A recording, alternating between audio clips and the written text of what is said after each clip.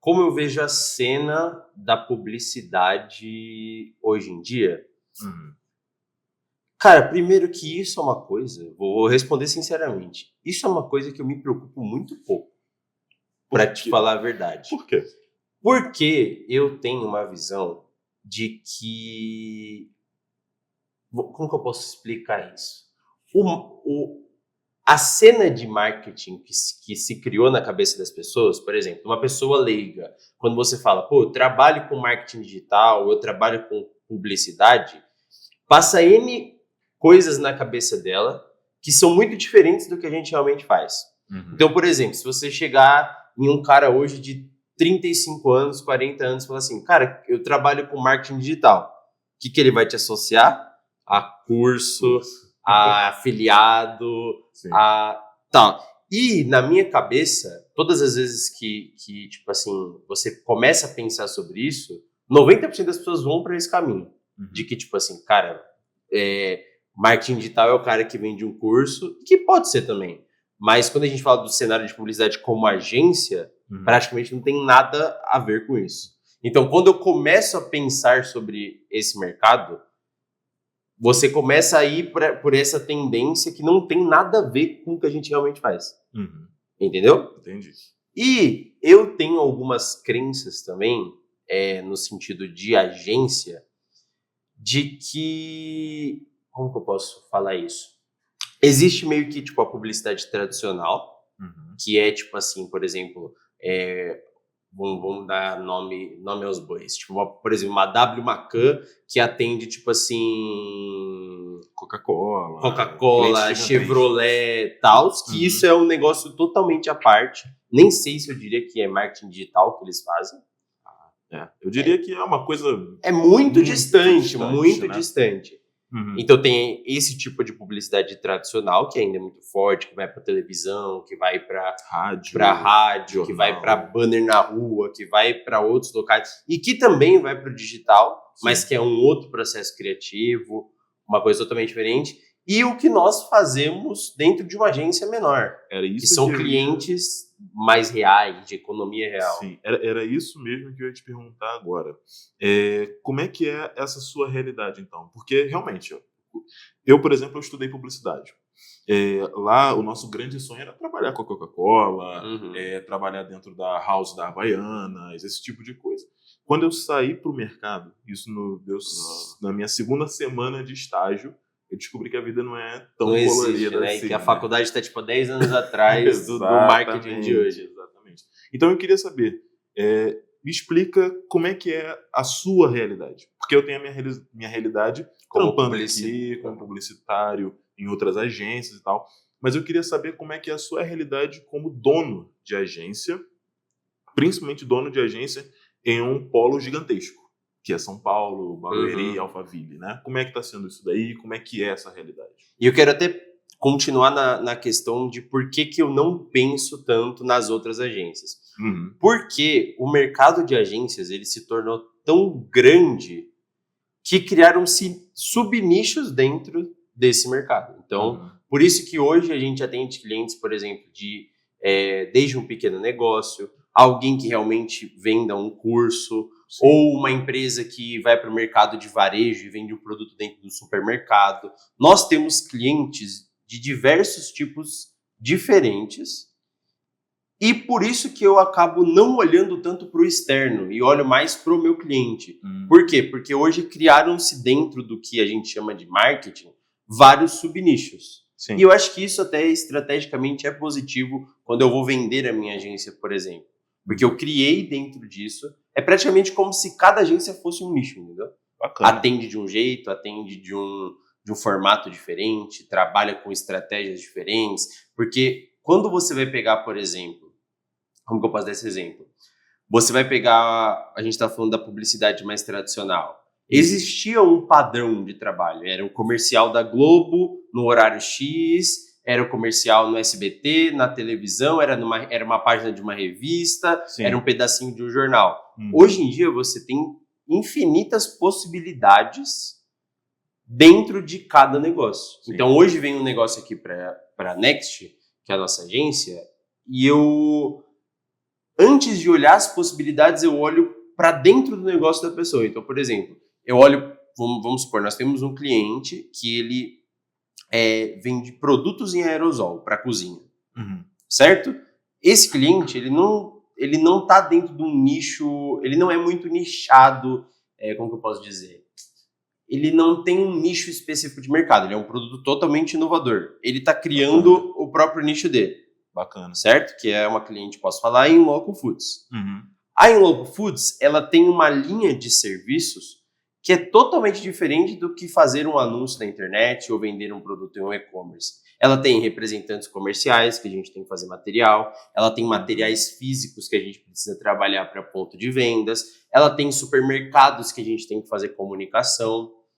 Mas eu também tenho cliente que a gente só sobe um anúncio e o trabalho é mais simples. Tá tudo certo. E tá tudo certo. E aí, batendo ali a venda, ROI, etc. Então, por isso eu vejo que hoje não tem como a gente generalizar o mercado de agências em si e o mercado de marketing, porque acho que existem várias variáveis. E isso é uma coisa legal, que é, por exemplo, dado acho que de 2015, 16 para frente, com as novas possibilidades de Facebook, Google, Instagram, etc., se tornou para essas empresas muito mais democrático fazer marketing. Porque antes elas não tinham essa possibilidade. Não, antes elas competiam com as mesmas opções do que a gente estava falando de uma Chevrolet, de um McDonald's, ela tinha aquelas possibilidades de fazer. Sim. E elas acabavam fazendo coisas ineficientes, como panfletagem, como mandar coisa pelo correio, que é uma coisa que era muito comum. É muito comum até hoje nos Estados Unidos, por exemplo. Sim. As pessoas enviam as coisas pelo correio ainda para fazer propaganda. Que é a tradição deles mesmo, né? Exatamente, que ainda é cultural lá. Mas que hoje em dia aqui, por exemplo, o mercado brasileiro, nossa, para uma empresa você tem 200 possibilidades diferentes. Você pode fazer um conteúdo no YouTube, um conteúdo no Instagram, pode fazer um vídeo curto, um vídeo longo, pode fazer um anúncio curto, anúncio longo, pode posicionar em inúmeros lugares diferentes. Sim, isso foi uma coisa que você falou que eu achei muito interessante, né? Como é que funciona a cultura do marketing, da comunicação aqui dentro do Brasil. E eu considero que a gente é até que bem avançado, né, em relação a alguns outros países. Por exemplo, Portugal é um país que, tipo assim, que é considerado nobre, né? Tem dinheiro, tem grana pra caramba e tal. Mas em questão de marketing, apanha pra caramba pra gente. E eles compram nossos produtos, né? Porque quando a gente fala de produto digital, eu já tenho, se eu não me engano, eu tenho 1 ou 2 alunos que são de Portugal e que por lá não ter conhecimento. E tem vários experts daqui que vendem curso que estão tentando mexer em formato de inteligência artificial para conseguir vender para Portugal, Angola, com o sotaque deles. Caraca. Isso é bem bizarro. Então, muito. Mas você falou da questão cultural. O que eu acredito que aconteceu? O brasileiro em si, ele pega uma coisa e ele faz virar 10 outras coisas. Sim. Então, tipo assim, o marketing que a gente criou aqui no Brasil, o jeito que a gente trabalha numa agência, o jeito que a gente faz a parte de conteúdo, social media em si, a gente faz muito mais malabarismo do que um americano, por exemplo. Sim. Por quê? Porque o americano, ele tem como que eu posso dizer? Ele é muito mais racional. Você faz a oferta, ele entende a oferta, é tanto, se ele tiver, ele compra, se ele não tiver, ele não compra. Sim. E aí a preocupação deles é trabalhar, por exemplo, desconto, outros tipos de estímulos para a pessoa comprar. Aqui, meu amigo, a gente tem que fazer um malabarismo gigante para vender, para produzir conteúdo, para fazer as pessoas entenderem onde a gente quer chegar com aquele produto. Aí existem várias variáveis de explicação para isso. A questão cultural mesmo, de a gente ter uma porcentagem grande da população sem instrução. Sim. E aí acaba caindo em muito golpe, acaba caindo em muitos problemas. Então isso faz com que a gente tenha que, por exemplo, quem faz produtos que realmente funcionam, tem que se explicar 2 vezes mais do que um americano que faz uma oferta ali, a pessoa entende o que a oferta e compra aquilo ali. Que aquilo ali é aquilo e ponto final. Exatamente. Pra sua casa, exatamente. Então eu vejo o marketing no Brasil muito mais, eu diria até sofisticado. Existem dois mundos. Existe o mundo onde nossos influenciadores de marketing são muito maiores do que os influenciadores de marketing dos Estados Unidos, por exemplo. Sim, isso foi uma coisa que eu percebi também. Nós temos vários caras que passam de 2, 3, 4, 5 milhões. Sim. Os maiores caras dos Estados Unidos, eles têm perto de 1 milhão de seguidores. Tem cara que tem 200 mil seguidores e é a referência deles ali. Então aqui é um mercado diferente. Aqui é um mercado onde acho que a vaidade também pega bastante, que é a questão de ter muitos seguidores é uma coisa que torna a pessoa relevante. Sim. Lá não é tanto. Sim. Lá é o racional do produto. Sim. O que o seu serviço me entrega e o que vai acontecer. A gente pode dizer então que, vamos botar dessa forma, né? O mercado brasileiro indiferente com o mercado americano, né? Vamos botar assim, norte-americano. O mercado brasileiro tem muito mais a ver com essa construção, o conteúdo, também pegar muito pelo emocional da pessoa, fazer com que a pessoa entenda o que a gente está vendendo. Já o americano é muito mais voltado para preço, o que o produto faz, quais são as funcionalidades desse produto e tudo mais, né? Então a gente vê uma diferença entre o racional, que é o americano, e muito mais o emocional e o conteúdo do brasileiro. Numa disputa entre os americanos e os brasileiros, quem você acha que ganha? Cara, eu acho que o brasileiro é muito desenrolado para tudo que ele vai fazer. Realmente, eu acho que o brasileiro, tipo assim, a gente pensando assim, eu acredito que o brasileiro faz muito mais malabarismo para conseguir vender. Sim. E eu acho que se o brasileiro vai vender nos Estados Unidos, ele dominaria muito mais do que os caras fazem hoje lá. Lá a gente tem caras muito bons, só que aí, isso que é a bizarrice. Eu vejo esse formato, só que as principais tendências de produto, oferta e coisas continuam vindo lá de fora. Sim, isso é bizarro mesmo. Mas é porque lá a gente tem aqui o trabalho da vaidade, ou seja, de você ter que convencer, fazer, etc. E lá a gente tem um mercado que movimenta muito mais dinheiro. Entende? Então, tipo assim, os caras fazendo menos do que a gente ganham muito mais dinheiro e trabalham muito menos por causa dessa questão racional mesmo. Caraca. Que o cara vai criar um bom produto e as pessoas vão comprar o produto dele. Tanto que também tem a questão também do acesso ao dinheiro, né?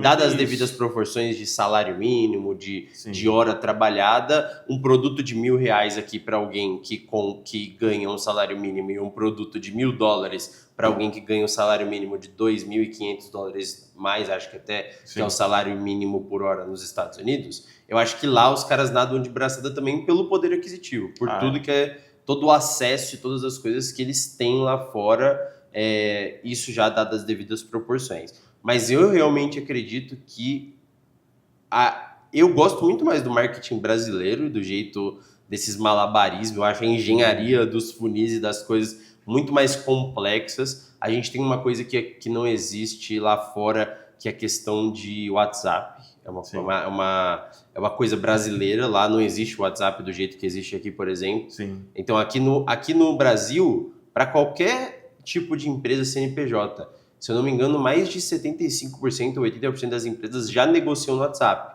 Lá é totalmente diferente. É uma coisa que eu até vejo muito do seu posicionamento mesmo. Você ensina empresas a vender muito pelo WhatsApp. E isso é uma coisa que eu parei para pesquisar realmente, e lá fora não tem. É muito esquisito isso. Sendo que é uma lá coisa o WhatsApp, na verdade, não existe. Lá o WhatsApp é coisa de estrangeiro. Tipo assim, lá o WhatsApp é coisa de brasileiro, para você ter uma ideia. Então lá as pessoas ainda se comunicam por SMS. É até estranho. Mas geralmente no telefone mesmo é por SMS. Sim. É por mensagem de texto. Agora, por que eu bato tanto na tecla do WhatsApp? Porque o WhatsApp é um canal de comunicação que todo brasileiro está usando. Então, todo mundo tem o WhatsApp baixado. Se eu não me engano, nós temos umas 250 milhões de pessoas, 220, 230 milhões de pessoas no Brasil. Eu acho que tem mais de 180 milhões de contas no WhatsApp. Então, assim, é uma porcentagem muito pequena de pessoas que não têm o WhatsApp. Muito baixo. Então, aqui, e aí é uma das únicas comunicações que tem praticamente 100% de abertura. Sim. Então, por exemplo, você manda um e-mail para uma pessoa, você tem uma base de e-mail de 1.000 pessoas que você criou ali. Você vai mandar, 10, 20% vai abrir. Se a sua lista de WhatsApp for boa, praticamente todo mundo vai abrir. Então isso é uma coisa muito positiva para fazer marketing e trabalhar marketing. Sim. Isso nos Estados Unidos não existe. Isso é totalmente diferente. Aí eles usam outros meios, mas lá o e-mail às vezes funciona mais do que o WhatsApp aqui. Então funciona comparado às devidas proporções. Sim. Mas por que eu bato tanto nessa tecla do WhatsApp? Primeiro, por ser o primeiro canal de comunicação que todo mundo tem. Então, todo mundo hoje no Brasil tem WhatsApp. Segundo, que eu vejo que quando eu criei a minha agência, nós focamos muito no serviço de tráfego pago. E nós gerávamos uma quantidade legal de leads para esses clientes que a gente tem. Só que eu sentia um déficit na questão de conversão de vendas. Sim. Onde o jeito que se respondia as mensagens, a falta às vezes de qualidade ou de treinamento de quem estava respondendo o WhatsApp, não ter as técnicas corretas de vendas, não ter um processo de venda. Acho que essa é a principal parte, não ter um processo de vendas e não ver as métricas de vendas também. Então, tipo assim, não saber a maioria das empresas, você que está assistindo, eu tenho certeza que se você é empresário, você passa por isso. Você não chega no final do dia sabendo exatamente quantas mensagens você teve, quantas viraram um orçamento e quantas realmente fecharam. Sim. E isso não dá uma resposta boa para quem está fazendo marketing, porque você não sabe o resultado real do que o marketing está gerando. Sim. Se você não tem número, você não consegue trabalhar, né? Você não consegue melhorar os anúncios, não consegue melhorar o conteúdo, não consegue melhorar a geração de leads, que no final é o que vai trazer o dinheiro para o negócio. A geração de leads e a conversão desses leads feitos ali dentro do WhatsApp. Então, a partir do momento que eu entendi isso, eu comecei a abordar mais esse tema e tentar estudar também estratégias de vendas, como spin selling, receita previsível e estratégias de vendas que dão mais oportunidade, dão mais, como eu posso dizer, repertório para quem vai atender um WhatsApp e receber um lead de um cliente ali. Então, quando eu gero o lead, a pessoa que vai estar atendendo, se ela é minha cliente, ela vai ter um repertório maior, porque a gente vai dar suporte para ela e vai ensinar ela a fazer um atendimento, que eu chamo assim, que é o atendimento, eu falo que fazer um atendimento impecável, sabe? Sem erros de português, com as perguntas certas, tentando entender realmente como o cliente faz. E eu gosto muito da ideia de criar um script, mas ao mesmo tempo eu tenho mudado meu pensamento. Ó. Se liga nessa história. Passa a visão. Eu sempre criei script para os meus clientes e sempre cobrei para que eles tentassem usar o script do jeitinho que eu escrevi. Para testar e ver se aquilo realmente funciona. Sim. Mas ontem, coisa recente que aconteceu e isso me deixou bem pensativo. Ontem eu fui tentar contratar uma plataforma para hospedar um produto. E a pessoa que estava me atendendo, ela tinha um script, dava para anotar o jeito que ela fala, como a gente tem experiência, a gente entende. Sim. Ela tinha um script, eu já conhecia a empresa dela, Sim. Eu já tinha recebido uma indicação de outra pessoa, a outra pessoa já tinha me dito os valores, mas a pessoa queria fazer exatamente o mesmo script gigantesco, mesmo eu já sabendo todas as informações. Entendi. Entendeu? Entendi. E aí eu fiquei pensando, cara, qual que é o momento... e isso é um pensamento que eu tô diariamente. Qual que é o momento que eu obrigo o cara a usar o script 100%? Ou qual que é o momento que eu ensino ele a desviar o script e personalizar a mensagem? Ser flexível. Porque eu desisti da compra. Eu falei pra moça assim, eu falei, olha, se você não pode me atender do jeito que eu posso fazer agora, então eu prefiro não comprar de você. Caramba. Entendeu? E era uma coisa que eu já tinha falado pra ela, olha, eu sei o preço, eu sei que custa tanto, eu preciso saber como que eu acesso. Como que eu faço para acessar ela? Mas para isso eu preciso fazer uma ligação para entender o seu negócio. Eu falei, cara, mas eu já tô te explicando. Sim. Eu já tô te explicando, entendeu? E aí ela queria fazer o script exatamente como ela foi treinada. Sim. E isso fez com que ela perdesse a venda. Sim. Que ela eu falei para ela que eu já tinha as informações. Sim. Eu avisei ela, eu tenho essas informações já. Eu quero saber como que eu acesso e compro o seu produto agora. Sim. Eu tenho dinheiro para pagar, eu sei quando a pessoa X paga, me passa o preço atual que eu quero comprar. E a pessoa continua seguindo o script e acaba perdendo uma venda.